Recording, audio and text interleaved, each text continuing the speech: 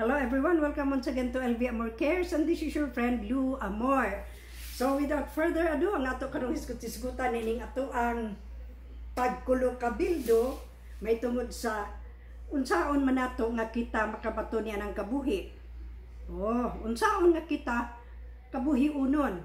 Kadaghan man gud ang mamutana kanako nga unsaon man na nay nga dili ko kabuhi, unsaon man na nay nga matambalan ang akong kabuhi, unsay tambal anak nay, unsay buhaton. So ang ako karon nga ihatag kaninyo tips unsaon nga kita makabaton og kabuhi. Kung dili ni buhaton, dili gyud ta makabaton ni anang kabuhi. So una ni ana aron kabuhion kita dili kita mukaon sa insakto nga pamahaw, insakto nga oras alang sa pamahaw. Dili kita mo kaon og insakto nga oras kunting paniudto na, dili usab kita mukaon og sakto nga oras kung ting panihapon na, no? Sa ato pa siging pasar, napasaran ko sa gutom, napasaran ko sa maunin, inana wala ko kakaon, nalimot ko. So ug muna atong batasanon kanunay, kana atong kabuhi ma-develop gid na siya, no? Inaana na siya kasayon unsaon nga ma-develop nato ang kabuhi. Pasar lang sa gutom, ayaw lang pagkaon og saktos oras, sigurado gid na, no?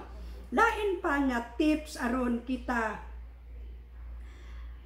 maka-develop niya ng kabuhi, magsigig inom og kape. Kape. Ngano man, kung mo inom kitag kape nga walay sulod ang atong tiyan, the tendency is ang ato ang acid production sa ato ang tiyan mugara sad, no? Kay wala man siya hilison na pagkaon unya gasigi lang inom og kape. Na kanang kape caffeine man guna siya, usa na siya sa gidili kon duna na kay kabuhi. Nakaron og gusto ka nga magkaroon ng kabuhi, inom og kape. Pagpasar sa gutom, magsigig inom og kape. Sigurado ginang kabuhi ana nga mo develop diha sa ato ang panglawas or sa ato ang ginhawaan, no? Dayon lain pa nga tips nga kung ihatag, kaon na ng mga fatty foods. What are fatty foods? Kanang mga kalagmitan, mga junk food, no? Kanang mga high in sodium nitrate, kanang mga canned goods nga pertinang sodium anak perti gina kataas, no? So makadaot sa na siya. Dayon abi ba ninyo kanang lechon, kung magsige po kita ni anak, makakabuhi po na agi sa iyang fats. Ni pigi, labi mo ni pigi nga tambok bina si pigi. So labi na og nayubang mga tao nga kung naibawaan ganino nga kanang humba, hoy halut-huton gyud na nila ang humba, kanang unod nga galiging-liging na agyoy maayo kay mukaon ana, no? So kung magsige usab kita ni anang mga makauna og kaon, well, of course, ang kabuhi, sa musugot kita sa dili, mo develop ka na siya, no? Kung magsige.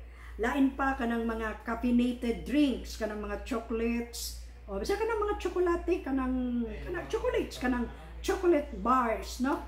O wala po tayo kaon ni ana, dayon, sige tang kaon po ni ana, sigurado po ng kabuhi ni ana, no? Dayon, uban nga carbonated drinks, no? Kanang mga cola, kanang mga dikolor ba nga lami bitaw kayo na imnon, labi nagbugnaw, perti kay na siya. Usa na siya sa gidili kon ana kitay acid reflux or kabuhi or kanang gitawag na to GERD, no? So mao kana siya. Ang lain pa nga buhaton nato aron mahimo kitang kabuhi unon, citrus drinks nga walay sulod ang tiyan.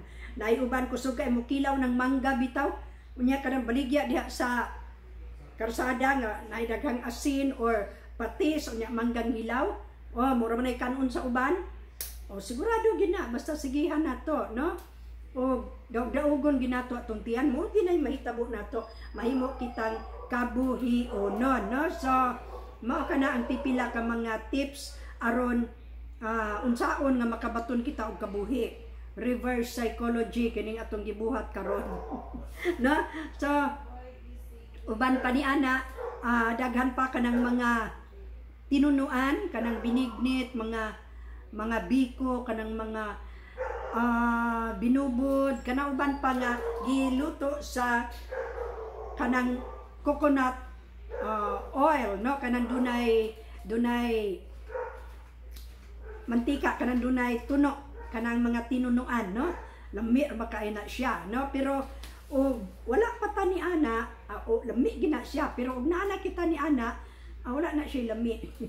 Pero gusto usab kita nga kabuhion, kaon pud ni ana, no, so mao kana ang pipila ka mga tips nga kung ikahatag unsaon nga kita makabaton ni anang tawag og kabuhi, no, og uban pa nga mga kanang mga ginadili og munay atong baton kanunay ginang kabuhi mo develop gid kita ni ana. So ang atong mao kanang atong hisgot-hisgotan karon unsaon nga makabaton kita ni anang sakit nga kabuhi o munay atong buhaton, no, mo gina siya dayon ay mo kumpiyansa ng kabuhi kay kung musaka na sa utok sila pa makatralala makapraning kay ngano makuha naman ta magpanik nagdayon kita kay mag heartburn, mag-aslo mga atong ginhawaan, dayon panington tagbugnaw, kabuhi na dayon